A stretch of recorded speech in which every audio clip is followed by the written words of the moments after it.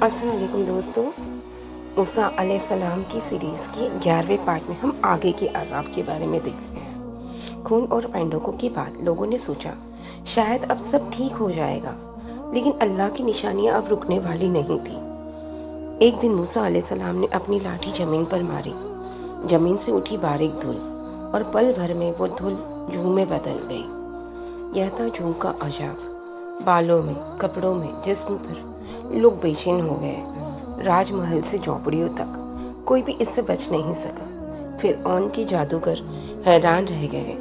انہوں نے کہا یہ جادو نہیں، یہ اللہ کی قدرت ہے۔ لیکن فرعون کا دل اب بھی سخت تھا۔ فرعون نے آنکھیں پھیر لی۔ اس نے کہا یہ بھی اتفاق ہے۔ جب انسان حق کو جان کر بھی نہ مانے تو دل پتھر بن جاتا ہے۔ کچھ ہی دن گزرے تھے کہ آسمان اندھیرا ہو گیا۔ لوگوں نے اوپر دیکھا، ٹڈیاں ہزاروں لاکھوں۔ یہ تھا ٹڈیوں کا عذاب۔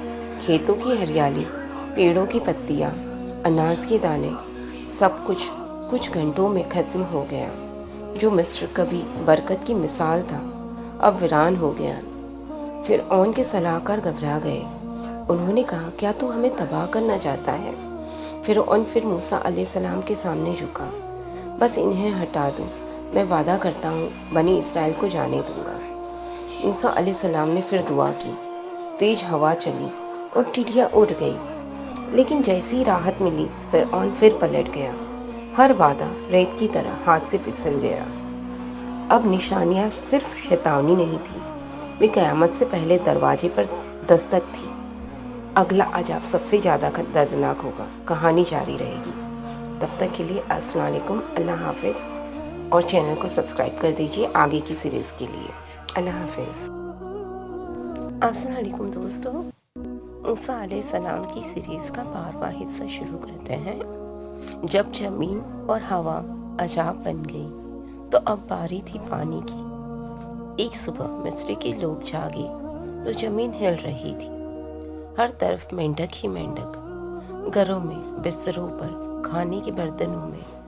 یہ تھا مینڈکوں کا عذاب۔ لوگ بیٹھے تو مینڈک، چلے تو مینڈک۔ راج محل تک اس سے نہ بچ سکا۔ فرعون کی نیند ہر رات ٹوٹنے لگی۔ فرعون گھبرا گیا۔ اس نے موسیٰ علیہ السلام کو بلایا۔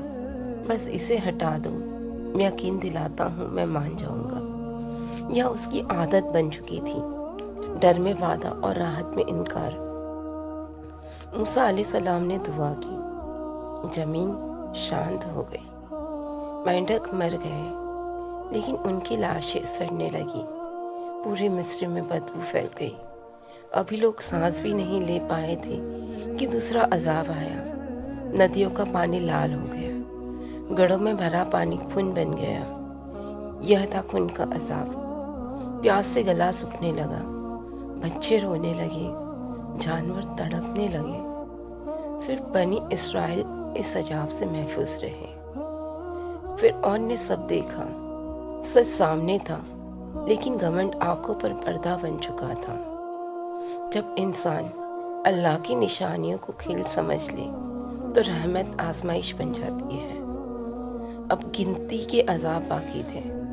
ہر نشانی انت کے اور قریب لے جا رہی تھی۔ اگلا عذاب دل کو اور بھی ہلا دیا، جاری رہے گا۔ تب تک کے لیے اللہ حافظ، اور ہماری چینل کو سبسکرائب کر لیجیے نیکسٹ پارٹ کے لیے۔ السلام علیکم دوستوں، موسیٰ علیہ السلام کی سیریز کا 13واں پارٹ شروع کرتے ہیں۔ جب پانی بھی دشمن بن گیا تو اب زمین، ہوا اور انسان کا بدن سب آزمائش بن گئے۔ اچانک آسمان کالا پڑ گیا، تیز ہوائیں ریت کے طوفان میں بدل گئی۔ یہ تھی آندھی کا عذاب۔ کھیت اجڑ گئے، چھپر اڑ گئے، مصر کانپ اٹھا۔ آندھی کے بعد آسمان سے کالی لکیریں اتری۔ فصلیں صاف، پتے غائب، اناج ختم۔ جو بچا تھا وہ بھی ختم ہو گیا۔ فرعون گھٹنوں پر آ گیا۔ اپنے رب سے دعا کرو، میں تمہاری قوم کو آزاد کر دوں گا۔ ڈر میں جھکنا آسان ہوتا ہے، مگر سچ میں ماننا مشکل۔ جب راحت ملی تو تیسرا عذاب آیا۔ چھوٹے چھوٹے کیڑے جوں کپڑوں میں، بالوں میں، جسم پر۔ یہ ایسا عذاب تھا جس سے بھاگا نہیں جا سکتا تھا۔ بنی اسرائیل محفوظ رہے۔ فرعون سب دیکھ رہا تھا، سچ سامنے تھا، پر دل اب بھی بند۔ اب آخری اور سب سے بھیانک عذاب باقی تھا، وہ عذاب جس کی بات واپسی نہیں ہوتی، جاری رہے گا۔ تب تک کے لیے اللہ حافظ۔ السلام علیکم دوستوں، موسیٰ علیہ السلام سیریز کا پارٹ 14 شروع کرتے ہیں۔ جب ہوا اور زمین امتحان بن گئی، اب زندگی ہی سزا بن گئی۔ مصر کے لوگوں نے گھڑا بھرا، پانی نہیں خون، ندیاں لال، گھڑے لال، حلق سوکھے، پیاس اب موت سے بھی بھیانک تھی۔ فرعون چلایا، موسیٰ یہ کیا کر دیا؟ یہ سزا نہیں، نشانی تھی۔ جب پانی لوٹا تو مینڈک آ گئے، بستروں میں، برتنوں میں، کپڑوں میں۔ راتوں کی نیند ختم ہو گئی۔ پھر مچھر دن رات کاٹتے رہے، بدن چھل گیا، جسم اب قید خانہ بن چکا تھا۔ فرعون بولا، بس یہ ہٹا دو، میں مان لوں گا۔ مگر جیسے ہی راحت ملی، وعدہ ٹوٹا۔ اب اللہ کا آخری حکم آنے والا تھا۔ رات سب کچھ بدل دے گی، جاری رہے گا۔ تب تک کے لیے اللہ حافظ، اور چینل کو سبسکرائب کر لیجیے نیکسٹ پارٹ میں بنے رہنے کے لیے۔ تب تک کے لیے اللہ حافظ۔ السلام علیکم دوستوں، موسیٰ علیہ السلام سیریز کا 15واں حصہ شروع کرتے ہیں۔ یہ کوئی عام رات نہیں تھی، یہ فیصلے کی رات تھی۔ حضرت موسیٰ علیہ السلام نے اللہ کا پیغام پہنچایا۔ آج رات ہر گھر میں ماتم ہوگا، سوائے ان کے جو اللہ کے حکم پر چلیں گے۔ بنی اسرائیل کے گھروں میں دروازوں پر قربانی کا نشان لگایا گیا۔ مائیں بچوں کو سینے سے لگائے بیٹھی۔ خوف تھا مگر یقین اس سے بڑا۔ رات گہری ہوئی اور آواز پورے مصر سے اٹھی، چیخ، اور اس گھر سے جہاں گھمنڈ تھا موت گزری۔ فرعون کا محل بھی نہ بچ سکا، اس کا وارث مٹی میں مل گیا۔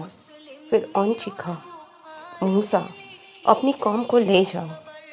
اسی رات اللہ کا حکم آیا، اب رکو مت، نکل پڑو۔ صدیوں کی غلامی آج ختم ہونے والی تھی۔ رات کی چادر میں ایک قافلہ چلا، نہ کوئی شور، نہ کوئی پیچھے مڑنا۔ مگر سفر ابھی ختم نہیں ہوا تھا، سمندر انتظار کر رہا تھا، جاری رہے گا۔ تب تک کے لیے اللہ حافظ، اور چینل کو سبسکرائب کر لیجیے نیکسٹ پارٹ میں بنے رہنے کے لیے۔ اللہ حافظ۔ السلام علیکم دوستوں، موسیٰ علیہ السلام سیریز کا 16واں پارٹ شروع کرتے ہیں۔ آگے سمندر، پیچھے فرعون کی فوج، اور بیچ میں بنی اسرائیل کا یقین۔ قوم بولی، موسیٰ اب تو ہم پکڑے گئے۔ کبھی نہیں، میرا رب میرے ساتھ ہے۔ اللہ کا حکم آیا، اپنی لاٹھی سمندر پر مارو۔ لاٹھی اٹھی اور اتہاس بدل گیا۔ سمندر 2 حصوں میں بٹ گیا، بیچ میں سوکھا راستہ، پانی پہاڑوں کی طرح کھڑا۔ بنی اسرائیل راستے سے گزری، ڈر کے ساتھ، امید کے ساتھ۔ فرعون بھی گھسا گھمنڈ میں۔ اللہ کا حکم آیا، اب بند ہو جاؤ۔ لہریں ٹوٹی اور ظلم ڈوب گیا۔ جب راستہ نہ دکھے تو اللہ راستہ بنا دیتا ہے، جاری رہے گا۔ تب تک کے لیے اللہ حافظ، اور چینل کو سبسکرائب کر لیجیے اسی سیریز میں بنے رہنے۔ السلام علیکم دوستوں، موسیٰ علیہ السلام سیریز کا پارٹ 17 شروع کرتے ہیں۔ سمندر پیچھے رہ گیا مگر سامنے تھا تپتا ہوا ریگستان۔ بنی اسرائیل بولی، موسیٰ یہاں کیا کھائیں؟ نہ کھیت، نہ پانی۔ حضرت موسیٰ علیہ السلام نے رب کی طرف نظر اٹھائی۔ اللہ نے فرمایا، گھبراؤ نہیں، آسمان سے اتری منا اور پرندے آئے سلوہ۔ ہر صبح میٹھی سفید منا